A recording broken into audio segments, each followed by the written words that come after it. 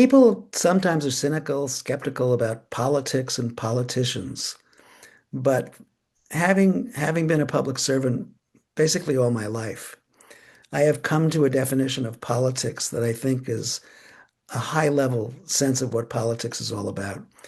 And politics is the way a community decides to live together.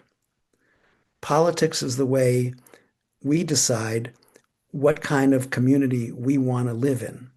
And so here we are um, in a political environment where we're making a decision about overriding Proposition 2.5. So to me, that's really um, it's an idealistic environment to live in. A democracy, which obviously is threatened all over the place. Although congratulations to the guy who beat Orban yesterday. Good job. Pro-democracy in Hungary. Let's hopefully that happens in our country soon as well.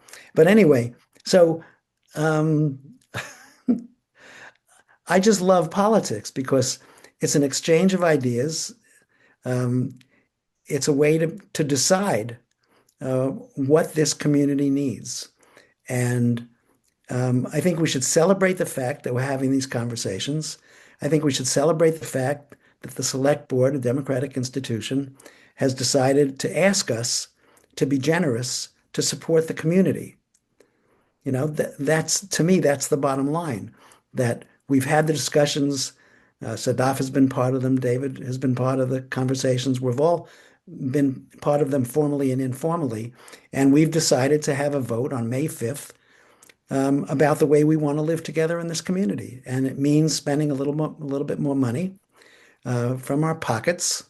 So maybe we can cut back on some dinners over the course of a year or cut back on some expenses that maybe are a little bit more frivolous in order to celebrate our democracy and in order to celebrate the services that we receive by living in this community.